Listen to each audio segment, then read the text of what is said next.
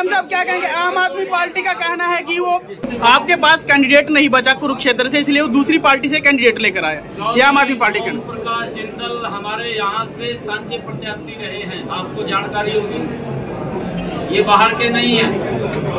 चौधरी ओम प्रकाश जिंदल जी हमारे भारतीय जनता पार्टी और विकास पार्टी के सांझे उम्मीदवार रहे हैं। ये हमारे परिवार के हैं, हमने बाहर से नहीं है, पार्टी से तो तोड़ने का काम शुरू कर रहे हैं। नायब जी को जय श्री राम, नायब जी को जय श्री राम, नायब जी को जय श्री राम, नायब जी को जय श्री राम, कार्यालय से भारतीय जनता पार्टी के लोग नवीन जी को जय श्री राम, नवीन जी को जय श्री राम, नवीन जी को जय श्री राम, नवीन जी को जय श्री राम, सुधा जी को जय श्री राम, नायब जी को जय श्री राम। एक बार सभी कार्यकर्ता जी राजीव जी सभी को हाथ जोड़ के प्रार्थना है कि एक बार सभी जयघोष करेंगे, अपनी उपस्थिति यहाँ दर्ज कराएंगे। भारत माता के, भारत माता के, वंदे वंदे भारतीय जनता पार्टी, भारतीय जनता पार्टी। नायब जी को जय श्री राम, नवीन जी को जय श्री राम, सुधा जी को जय श्री पवन सैनी जी और हमारे बीच में और अपना संबोधन करें। यहाँ पर मीडिया से लेकर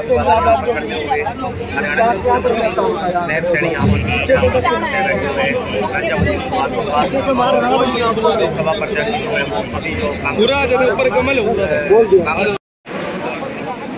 कमांडो भाई। मैं निवेदन करूंगा जिला परिषद चेयरमैन, वाइस चेयरमैन और जिला परिषद के मेरे लिए बहुत ही सौभाग्य की बात है, क्योंकि मुझे ये एक बार फिर से जनता की सेवा करने का मुझे मौका माननीय नरेंद्र मोदी जी ने मुझे दिया है। कुरुक्षेत्र संसदीय क्षेत्र से मुझे लोकसभा चुनाव में उतारकर इसलिए मैं बहुत आभारी हूँ माननीय मोदी जी का, माननीय खट्टर साहब का, माननीय मुख्यमंत्री नायब सिंह सैनी जी का, जिन्होंने मुझे खुले दिल से, खुले मन से मुझे अपनाया है, ये सेवा का मुझे मौका दिया है। मुझे पहले भी सौभाग्य प्राप्त हुआ है कि कुरुक्षेत्र में 10 साल मुझे सांसद रहने का मुझे मौका मिला और यहाँ से मैं 30 साल से जुड़ा हूँ। 30 साल से यहाँ पे जो कुरुक्षेत्र संसदीय क्षेत्र की जनता से जो रिश्ता है हमारा, एक पारिवारिक रिश्ता है। और मैं समझता हूँ आज पूरे देश के अंदर माननीय मोदी जी की भारतीय जनता पार्टी की एक लहर है। खास करके हरियाणा के अंदर पिछले 10 वर्षों के अंदर बहुत विकास के काम हुए हैं। मुझे पूरा विश्वास है कि हमारे माननीय मुख्यमंत्री नायब सिंह जी के नेतृत्व में हरियाणा के अंदर भारतीय जनता पार्टी 10 की 10 सीटें जो है जीतेगी और एक बार फिर से माननीय मोदी जी की सरकार बनेगी, भारतीय जनता पार्टी की केंद्र के अंदर सरकार बनेगी। धन्यवाद। नवीन जी सबसे पहले तो मैं नवीन जी दुनिया के सबसे हमारे लोकप्रिय नेता, भारत के यशस्वी प्रधानमंत्री, जिन्होंने भारत को एक नई दिशा देने का काम 10 वर्षों में किया है, जिन्होंने एक योजनाबद्ध तरीके से गरीब तक लाभ पहुंचा करके उसके चेहरे पर मुस्कान लाने का काम किया है। ऐसे हमारे यशस्वी प्रधानमंत्री नरेंद्र मोदी जी ने और हमारे हरियाणा के पूर्व में यशस्वी मुख्यमंत्री रहे आदरणीय मनोहर लाल जी ने, आदरणीय अमित शाह जी ने और आदरणीय जगत प्रकाश नड्डा जी ने जो कमल का फूल, नवीन जी जो इस क्षेत्र के पहले भी सेवा दे चुके हैं, आज यहाँ देकर के नवीन जिंदल जी को भेजा है और जो उत्साह आप लोग कार्यकर्ताओं में देख रहे हैं, जो जोश यहाँ की जनता के अंदर देख रहे हैं, आज इस बात के ऊपर मैं ये बात कह सकता हूँ कि नवीन जी यहाँ से देश के अंदर सबसे ज्यादा बहुमत से जीत करके आदरणीय नरेंद्र मोदी जी को तीसरी बार प्रधानमंत्री बनाने में अहम भूमिका कुरुक्षेत्र के लोगों के साथ करेंगे। मैं बधाई देता हूं नवीन जी को, क्योंकि बहुत सारे काम नरेंद्र मोदी की सरकार ने किए हैं। चाहे किसानों तक 6,000 रुपए पहुंचाने की बात है, चाहे किसानों को सुरक्षित करने की बात है प्रधानमंत्री फसल बीमा योजना के माध्यम से, चाहे देश के अंदर नरेंद्र मोदी की सरकार ने 4 करोड़ से ज्यादा आवास गरीब लोगों को बना करके चाबी सौंपने का लगातार काम कर रहे हैं, चाहे उन बहनों को, माताओं को जिनके घर के अंदर गैस का सिलेंडर कनेक्शन नहीं था, 9.5 करोड़ बहनों के घर के अंदर गैस का कनेक्शन सिलेंडर पहुंचाने की बात है, और चाहे उन माताओं बहनों को जो सूर्य के ढलने का इंतजार करते थे, लगभग 11.5 करोड़ से ज्यादा शौचालय बना करके देने का कार्य किया है। और चाहे मनोहर लाल जी की जो हरियाणा के अंदर नीतियां रही हैं, मनोहर लाल जी ने भी योजनाबद्ध इस डबल इंजन सरकार के अंदर मिलकर के जो काम किए हैं, मुझे खुशी है, मुझे गर्व है इन बातों के ऊपर कि पहले 2014 की से पहले वाली सरकार के अंदर एक बच्चे को नौकरी लेने के लिए दर-दर की ठोकरें खानी पड़ती थी, चक्कर काटने पड़ते थे माँ बाप को, नौकरी नहीं मिलती थी। मनोहर लाल जी ने बिना पर्ची बिना खर्ची के आज गरीब के बच्चे को भी नौकरी देने का काम वो किया है।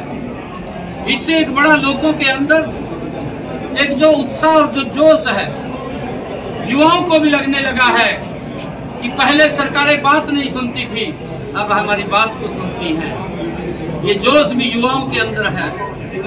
और आदरणीय मनोहर लाल जी ने योजनाबद्ध तरीके से किसानों को सुरक्षित करने का भी काम किया है। उनको प्रधानमंत्री फसल बीमा योजना के माध्यम से लगातार सुरक्षित करने का काम किया है।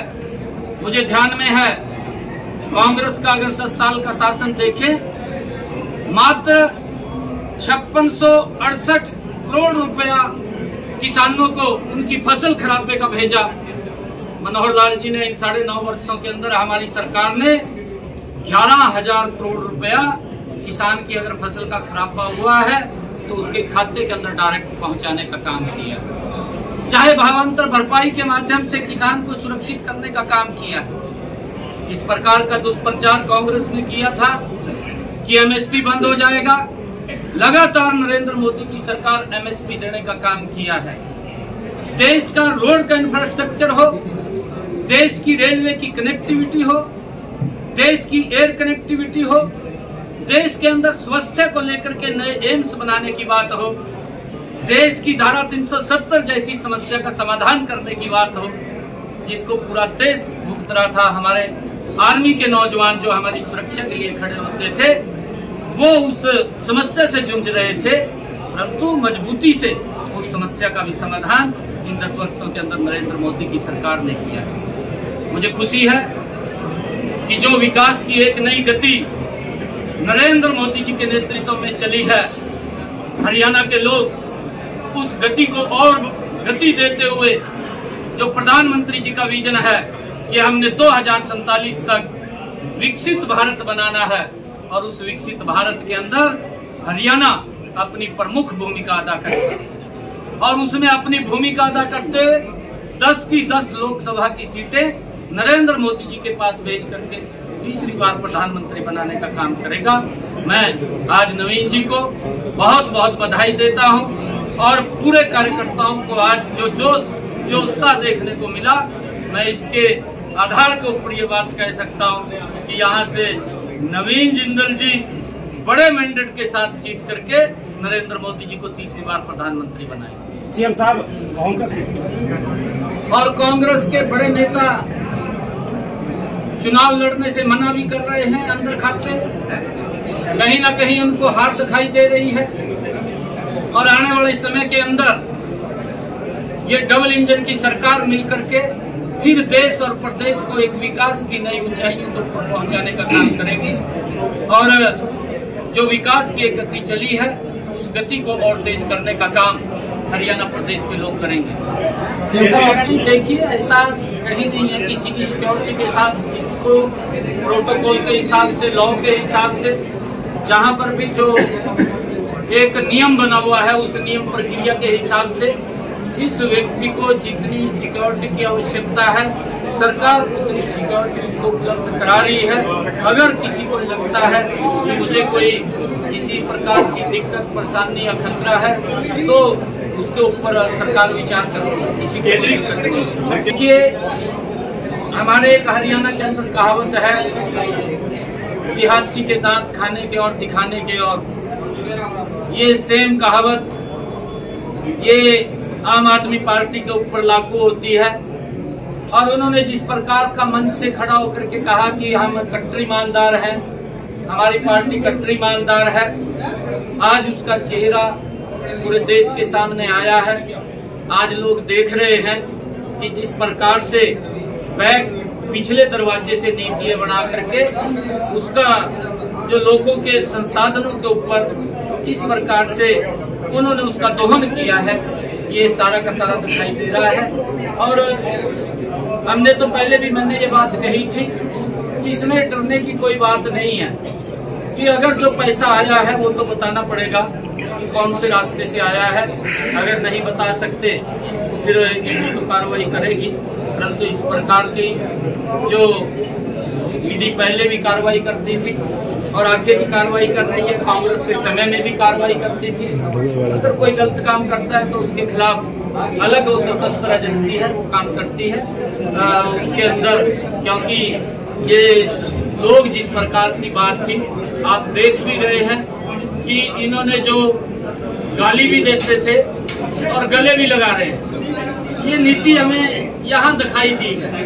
अगर आप लोग देखेंगे कि इनको लगातार गाली देने का काम भी केजरीवाल ने किया है और फिर गले लगाने का काम भी सबसे पहले आके आकर के ये केजरीवाल इस गठबंधन गठबंधन के साथ आया है।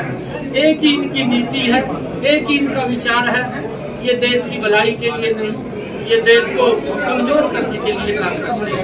सीएम साहब क्या कहेंगे? आम आदमी पार्टी का कहना है कि वो दूसरी पार्टी से जो है कैंडिडेट लेकर आई है। जी, आपके पास कैंडिडेट नहीं बचा था इसलिए वो दूसरी पार्टी से जो है कैंडिडेट लेकर आई है। आम आदमी पार्टी का लगातार ये आरोप है कि आपके पास कैंडिडेट नहीं बचा कुरुक्षेत्र से इसलिए वो दूसरी पार्टी से कैंडिडेट लेकर आया। ये आम आदमी पार्टी का। प्रकाश जिंदल हमारे यहाँ से सांझे प्रत्याशी रहे हैं, आपको जानकारी होगी, ये बाहर के नहीं है। चौधरी ओम प्रकाश जिंदल जी हमारे भारतीय जनता पार्टी और विकास पार्टी के सांझे उम्मीदवार रहे हैं। ये हमारे परिवार के हैं, हमने बाहर से नहीं है, पार्टी से तो तोड़ने का काम नहीं। देखिए, पार्टी मजबूत पूरे प्रदेश के अंदर होगी और 10 की 10 लोकसभा की सीटें हम यहाँ से बड़े मैंडेट के साथ जीतेंगे। सीएम साहब क्या कहेंगे? आपकी बार 400 पार का नारा है, मेन राम मंदिर की जगह रहेगा। देखिए, इसके ऊपर मैं ये कहना चाहूँगा, क्योंकि राम मंदिर को लेकर के कांग्रेस ने राजनीति की, भारतीय जनता पार्टी ने इस समस्या का समाधान किया, क्योंकि उसके ऊपर राजनीति नहीं की। यही लोग बोलते थे कि मंदिर वहीं बनाएंगे, तारीख नहीं बताएंगे। आज भगवान श्री राम की प्राण प्रतिष्ठा भी हुई है। आज पूरा देश भगवान श्री राम को दर्शन करने के लिए भी अयोध्या के अंदर जा रहा है। हमारे लिए बड़े गर्व की बात है, गौरव की बात है। हमारी संस्कृति, हमारे संस्कार है, जिसको सुरक्षित करने का काम नरेंद्र मोदी जी ने किया।